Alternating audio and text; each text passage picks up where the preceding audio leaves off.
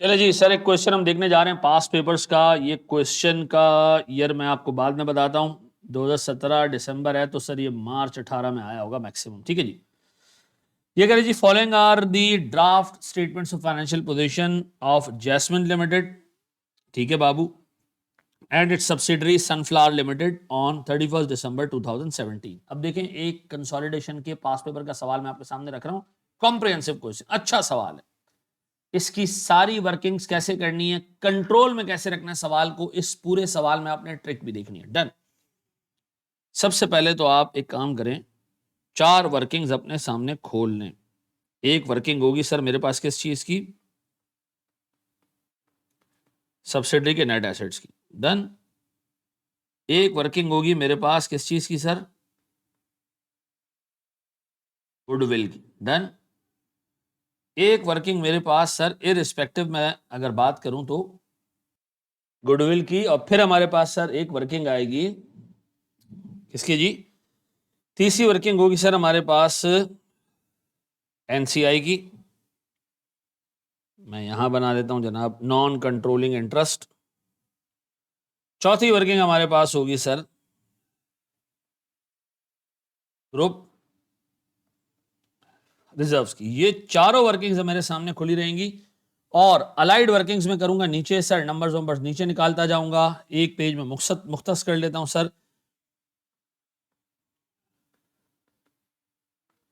Consolidated statement of financial position के लिए, ठीक है जी, यहां पर मेरे पास sir consolidated statement of financial position बनेगा। यहां मेरे पास सर उसकी वर्किंग होगी। ठीक है जी, ये मैंने अलग कर लिया सर सारे पेजेस। अब आए जरा सा सवाल को रीड करने पे। एग्जाम में आपने सारी वर्किंग एक साथ खोल के बैठ गए हो। अब आओ मेरे प्यारे बच्चों, हम एक एक करके चीजें उठाएंगे और देखते जाएंगे। सर मेरे पास बैलेंस शीट पे इन्वेस्टमेंट भी आ रहा है। इन एसएल सब्सिडरी में इन्वेस्टमेंट है 520 की। लोन सब्सिडरी ने पेरेंट को दिया है, ठीक है। फिर और नीचे जाओ सर, लोन की अमाउंट मैच नहीं कर रही है सर, 96 और 120। पेरेंट की बुक्स में लोन आ रहा है सर, जो पेरेंट को पे करना है वो आ रहा है 96, सब्सिडरी की बुक्स में रिसीवेबल 120 आ रहा है। चलो खैर। जेल अक्वायर्ड 75% शेयर्स ऑन 1 जनवरी 2017। हाँ बाबू, कितने साल हो गए इसको खरीदे हुए? ओ माय गॉड, हैं बच्चे बोलते हैं ना सर, 17 दिसंबर 17 में हमने जो है वो कंसोलिडेशन करनी, 1 साल ही हुआ इसको। कॉस्ट ऑफ इन्वेस्टमेंट में क्या क्या चीजें, 10 मिलियन हमने अपने शेयर्स दिए पेरेंट ने। एक शेयर की वैल्यू कितनी है जी, 24। ठीक है। फिर कैश पेमेंट हमने 280 मिलियन दिए हैं, जिसमें 10 मिलियन क्या है जनाब, प्रोफेशनल फी है। याद रखिएगा मेरे बच्चों, इन्वेस्टमेंट के वक्त अगर आप सर एज पर IFRS 3 और IFRS 10 इस इन्वेस्टमेंट को रिकॉर्ड करने जा रहे हैं, ठीक है जी, IAS स्टैंडर्ड्स के हिसाब से सब्सिडरी खरीदते हुए, तो सर याद रखिएगा आपने जो प्रोफेशनल फी वगैरह पे की है वो आपको डे 1 पे ही एक्सपेंस आउट कर देनी थी। आपने ऐसा नहीं किया, आपने सर इसको इन्वेस्टमेंट में डाला हुआ, गलत है ये। अगर मैं आपसे पूछूं जेन्युइनली, जेन्युइनली मेरे पास कॉस्ट ऑफ इन्वेस्टमेंट कितनी है, जेन्युइनली,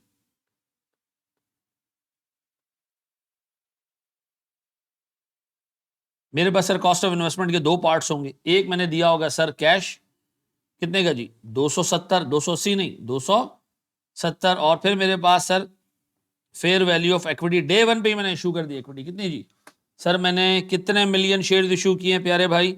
सर मैंने 10 मिलियन शेयर्स 24 के हिसाब से, 10 मिलियन शेयर्स 24 की फेयर वैल्यू तो 240। ये हो गया जी कितने, 510, 520 नहीं। तो इसका मतलब है हमने 10 रुपए का एक्सपेंस बुक नहीं किया। अभी कर लेते हैं।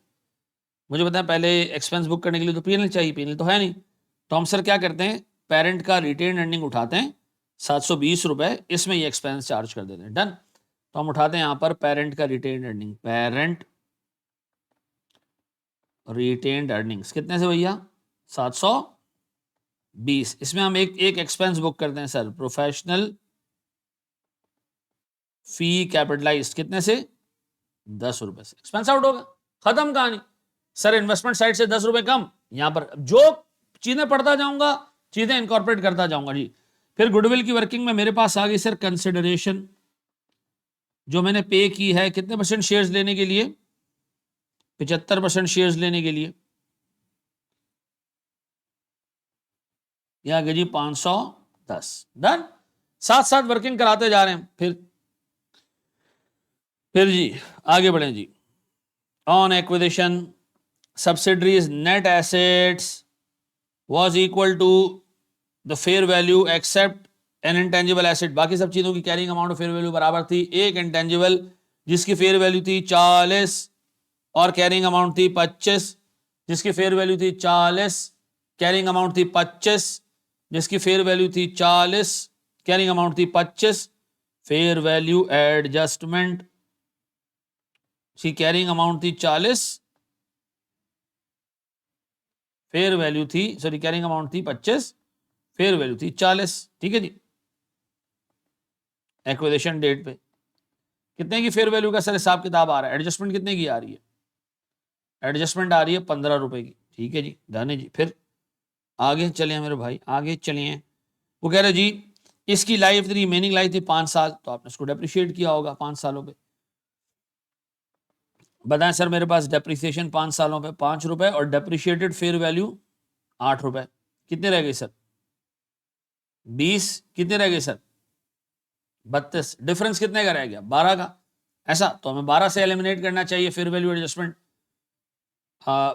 एक्विजिशन डेट पे 15 रखनी चाहिए, रिपोर्टिंग डेट पे 12 रखनी चाहिए, ऐसा। लेकिन आगे भी कुछ सुना सर, वो कह रहे भैया इसकी रिकवरेबल अमाउंट 31 दिसंबर पे 28 थी। अब देखिए इंडिविजुअल बुक्स में ये एम्पेयर नहीं है, इंडिविजुअल बुक्स में ये एम्पेयर इसलिए नहीं है कि अगर इसकी fair value sorry recoverable amount 28 है तो इंडिविजुअल बुक्स में 20 पे कैरी हो रहा है, लेकिन हमें कंसोलिडेटेड बुक्स के हिसाब से एम्पेयरमेंट लॉस बुक करना पड़ेगा। कितने का जी, कितने का एम्पेयरमेंट लॉस सर, मैं इस फेयर एसेट को 28 रुपए पे लाने के लिए 4 रुपए का लॉस बुक करूंगा सर। अब बताएं मेरे पास गैप कितने का रह जाएगा, 20 और 28 कितने रुपए का, 8 रुपए का। इसका मतलब है एक्विजिशन डेट पे मुझे फेयर वैल्यू एडजस्टमेंट 15 की डालनी है और सर रिपोर्टिंग डेट तक ये फेयर वैल्यू एडजस्टमेंट सिर्फ 8 रुपए की रह जाएगी। डन, यानी sir what would have been the carrying amount 20 है और सर मेरे पास डेप्रिशिएटेड फेयर वैल्यू 28 है, तो मुझे 8 रुपए से नेट एसेट्स को इंक्रीज करना पड़ेगा। तो नेट एसेट्स को बनाना शुरू कर देना। हमारे पास शेयर कैपिटल कितना है 200, ये ले लेते हैं जी at acquisition at reporting date, share capital कितने से भैया 200 और 200। डन। सर मेरे पास शेयर प्रीमियम नाम की कोई चीज है, हाँ है, लेकिन पेरेंट में बैलेंस है, सब्सिडरी में कोई बैलेंस नहीं है। फिर रिटेन्ड अर्निंग, एक्विजिशन डेट का रिटेन्ड अर्निंग तो हमें नहीं पता, लेकिन यहां पर 410 आ रहा है। किधर है जी सर, ये रहा 410, किधर गया भाई, ये रहा भाई 410। डन, आगे बढ़ो जी, देखते हैं एक्विजिशन डेट का भी निकल आएगा। अब फेयर वैल्यू एडजस्टमेंट इंटेंजिबल कितना जी 15 और कितना जी 8 कर दिया। ऐसा मैंने तुमसे कहा था यहां शेयर कैपिटल और रिटेन्ड अर्निंग के अलावा जो भी चीज होगी वो बैलेंस शीट पे जाएगी, जो भी चीज होगी वो बैलेंस शीट पे जाएगी, ऐसा। और यहां सर पेरेंट के रिटेन्ड अर्निंग और पोस्ट एक्विजिशन के अलावा जो भी इंपैक्ट है वो बैलेंस शीट पे जाएगा, वो बैलेंस शीट पे जाएगा। आगे बढ़ते जाओ सर, पहली एडजस्टमेंट डन, दूसरी एडजस्टमेंट डन, तीसरी एडजस्टमेंट एनसीआई की, वो कह रहे हैं हम फेयर वैल्यू पे एनसीआई को रखते हैं। एक्विजिशन डेट पे एनसीआई की फेयर वैल्यू थी 36, बाद में 40 हो गई, बाद में 40 को हमने नहीं देखना है, हमने अभी देखना है 36 रुपए। तो क्या करें सर, अब एड एक्विजिशन यहां डाल दें कितने की, 36 रुपए fair value.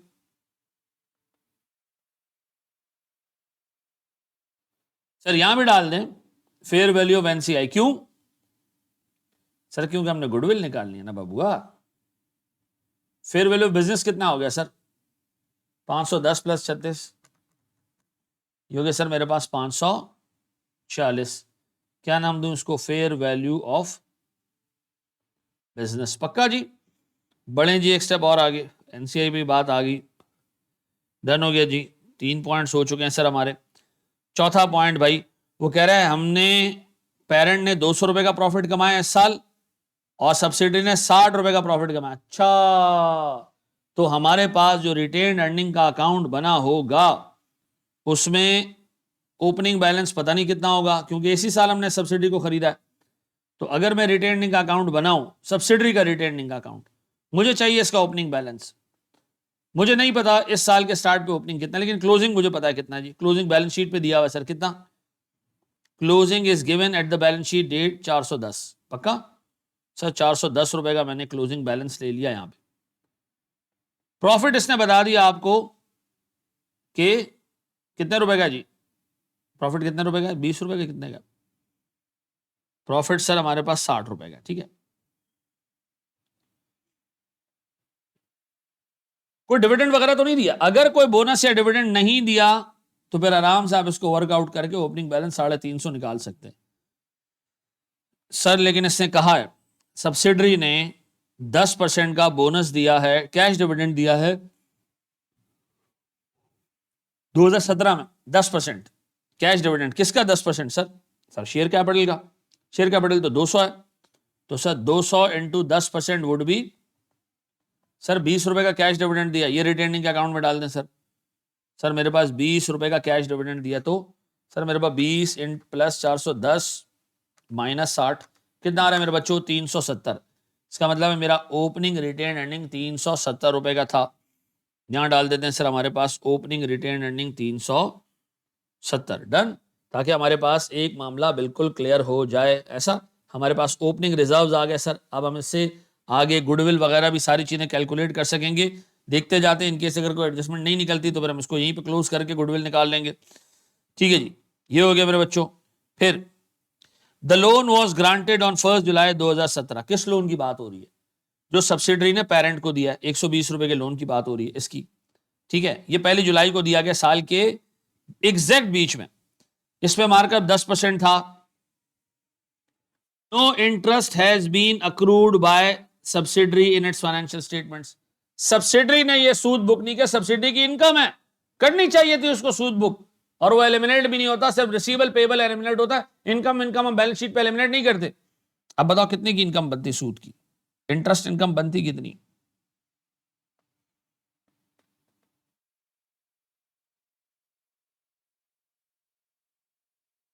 Interest on loan, इस साल लोन दिया गया जी, कितने का जी?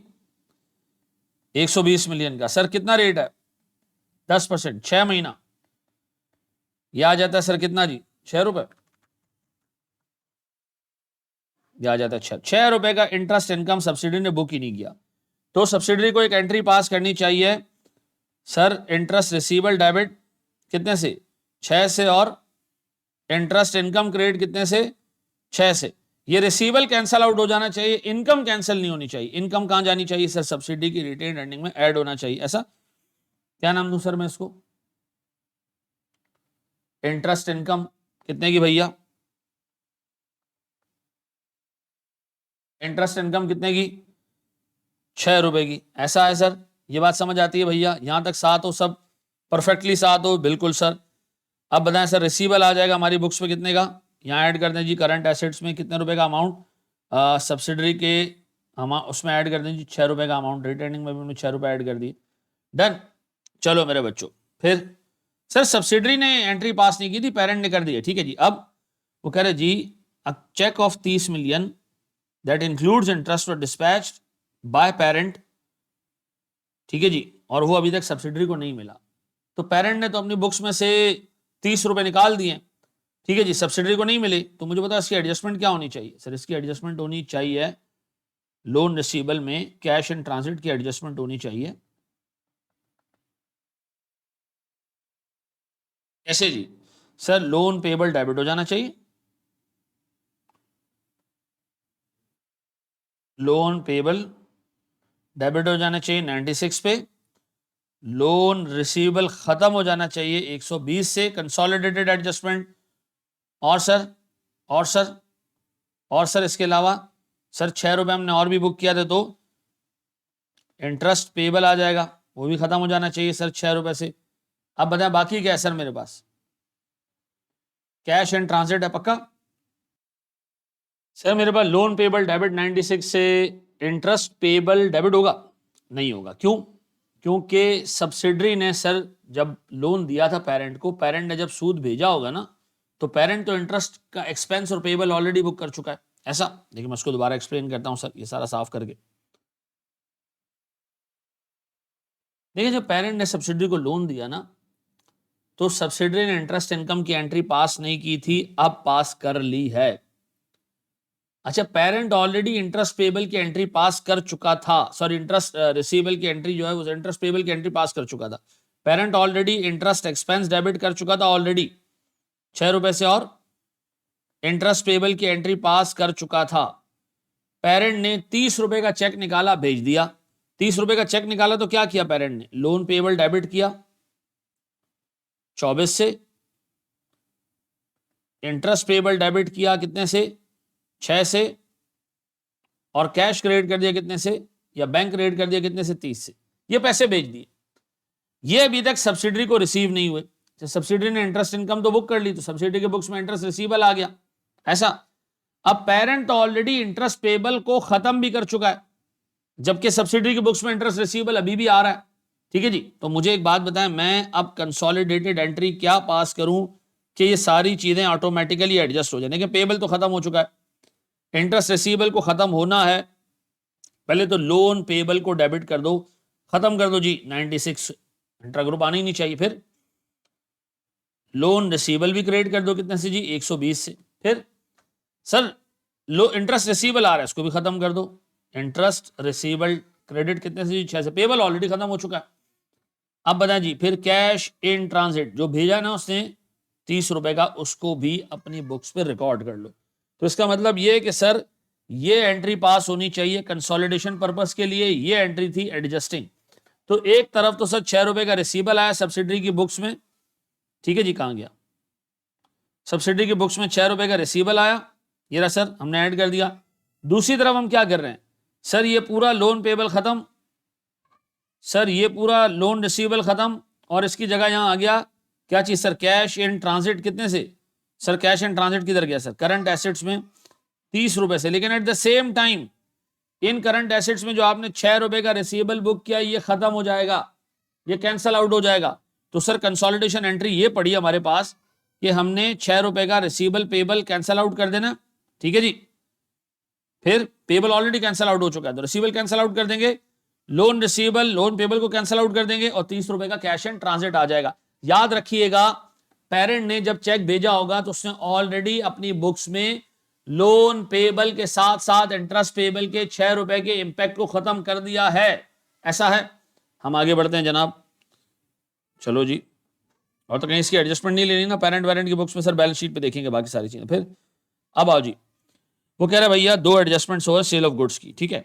ये कह रहा है हमने 52 मिलियन का एक एसेट बेचा है सब्सिडरी ने, पेरेंट को सब्सिडरी ने बेचा, ठीक है, 1 मई 2017 को, 1 मई 2017 को जी। अनरियलाइज प्रॉफिट बेचा किसने? सब्सिडरी ने। तो गेन सब्सिडरी ने बुक किया 12 रुपए का।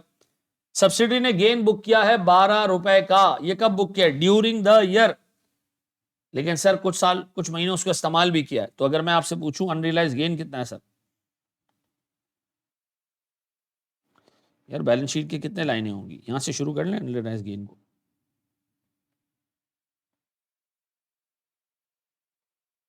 अनरियलाइज गेन कितने का जी? अनरियलाइज गेन है सर मेरे पास 12 रुपए का, ठीक है जी, बाय सब्सिडरी। सर इसकी लाइफ कितनी है सर इस एसेट की टोटल? सर वो कह रहा है जब हमने इसको बेचा ना, उस वक्त इसकी लाइफ 2 साल बाकी थी, 2 साल बाकी थी, ठीक है। अच्छा, हमने तो इसको 1 मई को बेचा, इसका मतलब है 8 महीने इस साल इस्तेमाल हुआ है, बाकी आगे होगा। तो मैं नंबर ऑफ मंथ्स में कर दूं सर, मेरे पास 24 महीने। सर मेरे पास मंथ्स कौन कितने महीने चले गए सर? 8 महीने। तो मुझे बताएं अनरियलाइज अभी भी कितना है? अनरियलाइज 12 डिवाइडेड बाय 24 मल्टीप्लाई हुआ सर 16 महीने का इनकम अभी भी अनरियलाइज। याद आ रहा है, हम हमेशा करते ये थे कि जो बेचने वाला बंदा है पीपी के केस में, उसकी बुक्स में अनरियलाइज गेन आ रहा है, वो आहिस्ता आहिस्ता आपने खत्म करना है। ये 12 रुपए का अमाउंट आपने 24 महीनों में आहिस्ता आहिस्ता खत्म करना है। सर 8 महीने गुजर चुके हैं, 16 अभी भी बाकी है। तो सर मेरे पास 12 डिवाइडेड बाय 24 मल्टीप्लाई बाय 16 यह आता है 8 मिलियन का अनरियलाइज गेन अब भी बाकी है। तो इस 8 मिलियन के अनरियलाइज गेन को रिपोर्टिंग डेट पर माइनस कर दें यहाँ से, क्योंकि सब्सिडरी ने कमाया ये। क्या कर दूं सर मैं, अनरियलाइज गेन ऑन पीपीई कितना भैया, 8 रुपए। कितना भैया, 8 रुपए। डन हो गया जी। एक स्टेप और आगे जाए हम दोस्त, ये जाएगी बैलेंस शीट के ऊपर ये इंपैक्ट। फिर जी अब बताए को स्टॉक स्टॉक भी बेचा है। हाँ सर, सर पेरेंट ने 250 रुपए का स्टॉक बेचा है, ठीक है जी, और इस पे 20% ऑन कॉस्ट प्रॉफिट बनाया। तो मुझे बताओ मेरे पास सर अनरियलाइज गेन है कितना इधर,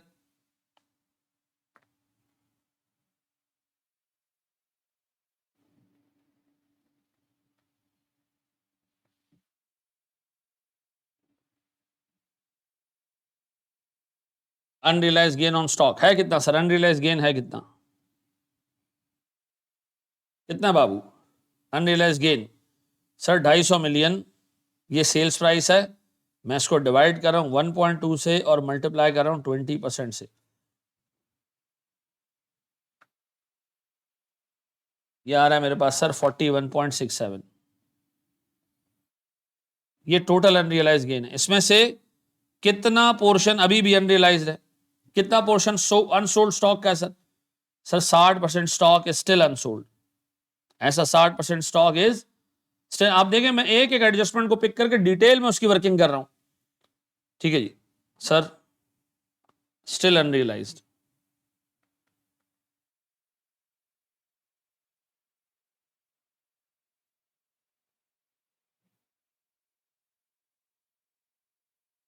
%60 सर, 25 रुपए सर। तो बताओ 25 रुपए से क्या होना चाहिए सर, 25 रुपए से चूंकि पेरेंट ने कमाया तो पेरेंट का रिटेन अर्निंग कम होना चाहिए सर। इससे पेरेंट का रिटेन अर्निंग का मतलब है अनरियलाइज प्रॉफिट ऑन स्टॉक। कितना भैया, कितने का जी, 25 रुपए का। याद रखना बैलेंस शीट बनाते हुए इसको एडजस्ट करना है। डन। अब बताएं सर सारे मामलात खत्म, धर्म भरम हैं। बताओ ये कितना बनता है सर, ये बनता है जी 585 ऐसा। ये कितना बनता है बाबू, ये बनता है 616 ऐसा।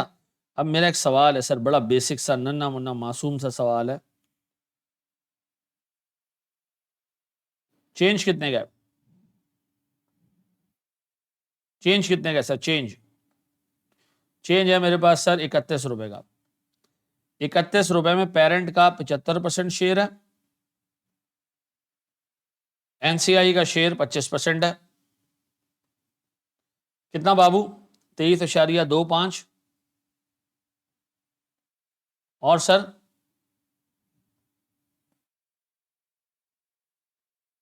7.75 ऐसा। तो हम एक काम करते हैं, इसको एलोकेट कर देते हैं सर। एनसीआई के पास चला जाएगा जी पोस्ट एक्विजिशन, कितना जी 7.75 ऐसा। ये एनसीआई एट एक्विजिशन 36 रुपए दी नशई, 180 रुपए 36 रुपए। कहाँ है जी एनसीआई,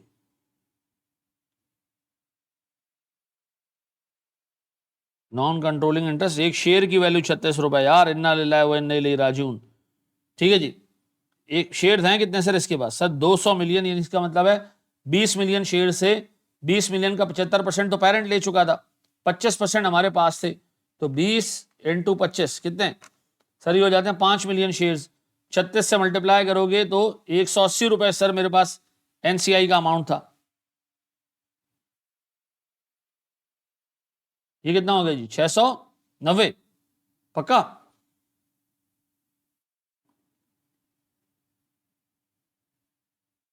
जी सर 690। अब बताएं सर मेरे पास fair value of net assets at acquisition date कितना जी, 585। मेरे पास गुडविल आ गया कितना जी, 105 रुपए का। Very good sir. और ये गुडविल कभी इंपेयर नहीं हुआ।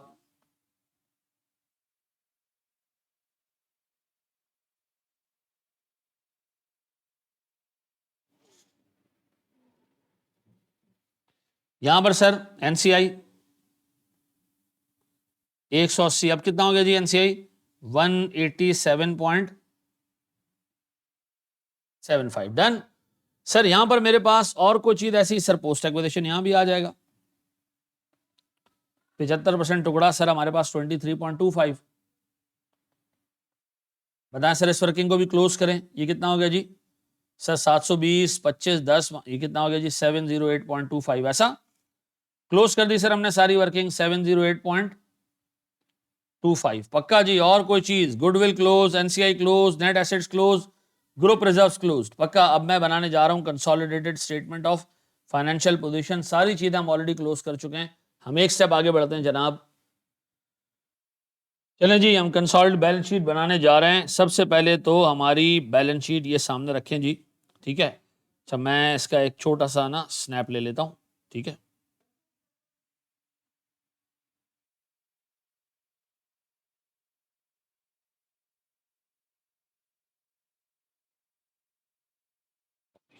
ठीक है, मैं इसको लेके जा रहा हूं नीचे ताकि मेरे सामने रहे ये सारी चीजें, ठीक है। टेम्परेरीली मैं इसको यहां रख रहा हूं, टेम्परेरीली, ठीक है। बताएं जी, मेरे पास जो है वो प्रॉपर्टी प्लांट एंड इक्विपमेंट, उससे पहले गुडविल, सबसे पहले तो गुडविल। गुडविल कितने का भैया? 105 का था मुझे शायद आ रहा है। कोई चेंज है इसमें? नहीं। कोई इंपेयरमेंट है? नहीं। फिर जी पीपी, पीपी में एक एडजस्टमेंट है बस, वो क्या है जी? अनरियलाइज गेन की। अनरियलाइज गेन की पीपी की एडजस्टमेंट का है सर, अनरियलाइज गेन की एडजस्टमेंट है सर। याद रखिएगा ये सारी चीजें बैलेंस शीट पे जाएंगी सर। ये जा रही है बैलेंस शीट पे, 8 रुपए। डन। क्या करूं मैं? पेरेंट की पीपी उठाऊं, कितने की जी?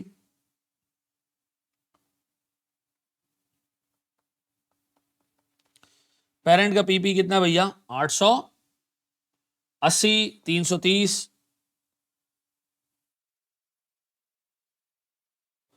और सर कितने? 8 रुपए का, 8 या 16, 8 रुपए का अनरियलाइज गेन माइनस में। अनरियलाइज गेन ऑन पीपी या मशीन कितना आता है सर? ये 880 प्लस 330 माइनस 8 कितना भैया? 1202। ये रख दें भैया यहां पर। क्लियर हो गया? अच्छा, याद रखिएगा मैंने तुमसे कहा था कि यहां पर जितनी भी चीजें हैं वो ऊपर बैलेंस शीट पे जाएंगी। ये मैंने अपनी तसल्ली के लिए यहां क्रॉस कर दिया, बाद में हटा दूंगा इसको, ठीक है। ये ऐसे काट दिया मैंने। डन। फिर अब आओ आगे जी, अब बैलेंस शीट पे आओ दोबारा। बैलेंस शीट पे आ रहा है जी इंटेंजिबल एसेट्स। इंटेंजिबल एसेट्स याद आ रहा है? ब्रांड ब्रांड में भी एडजस्टमेंट थी ऊपर कोई, ठीक है।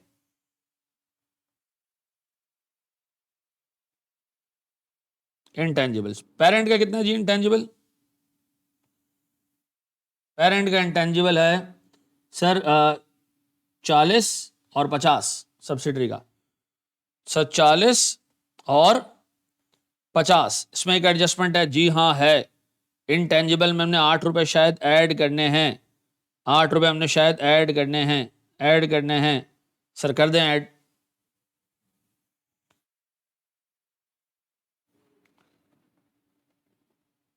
ब्रांड फेयर वैल्यू एडजस्टमेंट, ऐसा कितना होता है जी? 40 प्लस 50 प्लस 8, ये आ जाता है 98। ये डाल दें सर यहां पर।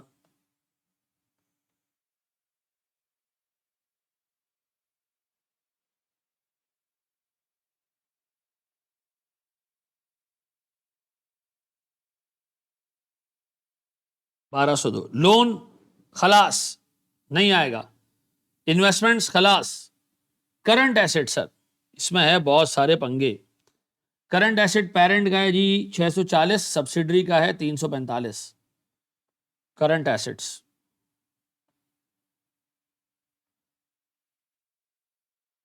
पेरेंट का है जी 640 और सब्सिडरी का है 345। अब एक काम करते हैं, ऊपर जाते हैं हम जनाब करंट एसेट्स में। एक तो मुझे करंट एसेट्स में याद आ रहा है कि कैश एंड ट्रांसिट था। सवाल किधर है? यहां कोई करंट एसेट्स का एडजस्टमेंट नहीं है सर, यहां पर करंट एसेट्स की कोई एडजस्टमेंट नहीं है सर, यहां पर करंट एसेट्स की कोई एडजस्टमेंट नहीं है सर, यहां पर करंट एसेट्स की कोई एडजस्टमेंट नहीं है। लोन का मार्कअप है सर लोन रिसीवेबल, ठीक है जी, लोन रिसीवेबल सर। ये तो ऑलरेडी हमने कैंसिल कर दिया सर, पक्का सर, क्योंकि लोन रिसीवेबल हमने बुक किया और कैंसिल भी कर दिया होगा तो उसको इंक्लूड करने की जरूरत ही नहीं है सर लोन रिसीवेबल आया होगा, हमने कैंसिल भी कर दिया होगा, तो उसको ला के कैंसिल भी कर दो, ऐसे कर दें हम। सर +6 -6, क्योंकि रिकॉर्ड नहीं किया था ना सब्सिडी ने, पहले हमने रिकॉर्ड किया फिर कैंसिल भी कर दिया। फिर और आगे जाएं जनाब, और आगे जाएं, और आगे जाएं मेरे बच्चों। तो आपको ये बताया गया कि 30 रुपए का कैश इन ट्रांजिट भी है, ये भी डाल दें सर करंट एसेट्स में। सर 30 रुपए का कैश इन ट्रांजिट। और जी और कुछ है? और नीचे आए जी, इसका बाकी कुछ भी नहीं, खत्म हो गया। 52 रुपए हमने सर सब्सिडरी ने पेरेंट को मशीन बेची है, और वो कह रहे जनाब अभी तक इसकी कोई पेमेंट नहीं हुई। तो सर सब्सिडरी की बुक्स में रिसीवेबल आ रहा होगा, पेरेंट की बुक में पेबल आ रहा होगा, तो ये पूरे 52 रुपए भी एलिमिनेट कर दें सर, माइनस कर दें 52 रुपए। ठीक है जी, ये क्या है मेरे पास सर? Cash in transit. ये दोनों क्या है सर मेरे पास? Interest receivable. सर ये क्या है मेरे पास? सर ये मेरे पास प्रोसीड्स या receivable from machine, disposal of machine.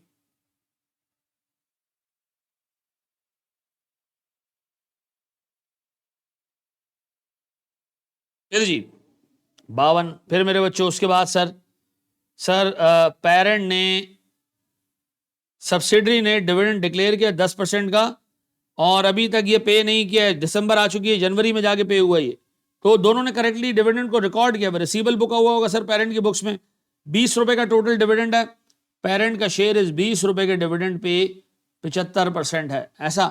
तो मुझे बताएं सर अब मेरे पास क्या हिसाब किताब बनना चाहिए? तो 40, 345 +6 -6, सर +30 -52 -15, ऐसा कितना आता है सर ये मेरे पास? देखें जरा,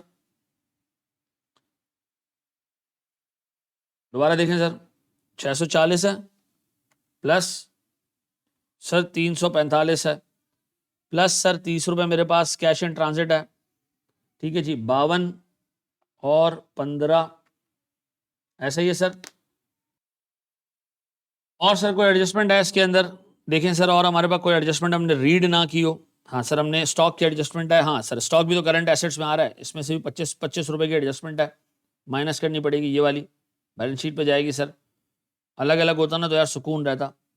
-25, सर ये आ जाता है मेरे पास 923 रुपए की अमाउंट, ऐसा।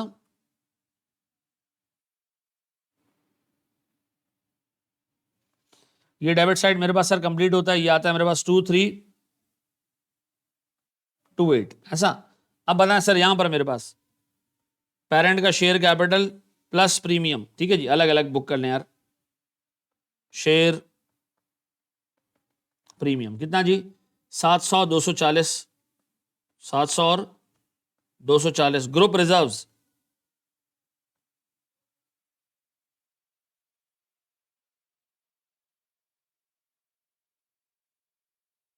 बाबू ग्रुप रिजर्व्स 708.25।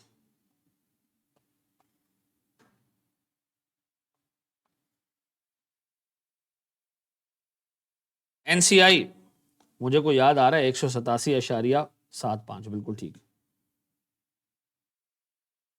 अब मुझे करंट लायबिलिटीज देखनी है भैया।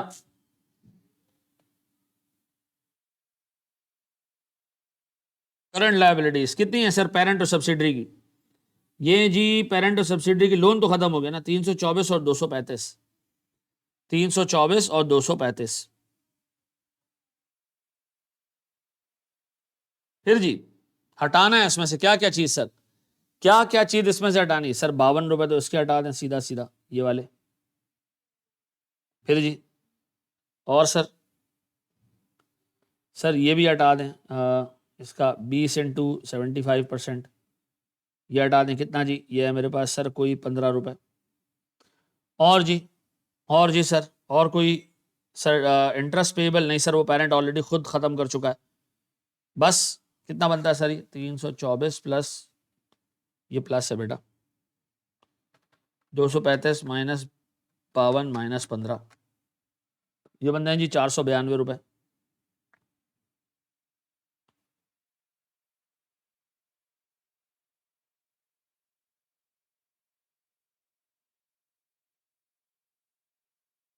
कितना आता है मेरे बच्चों? ही 2328, पक्का जी?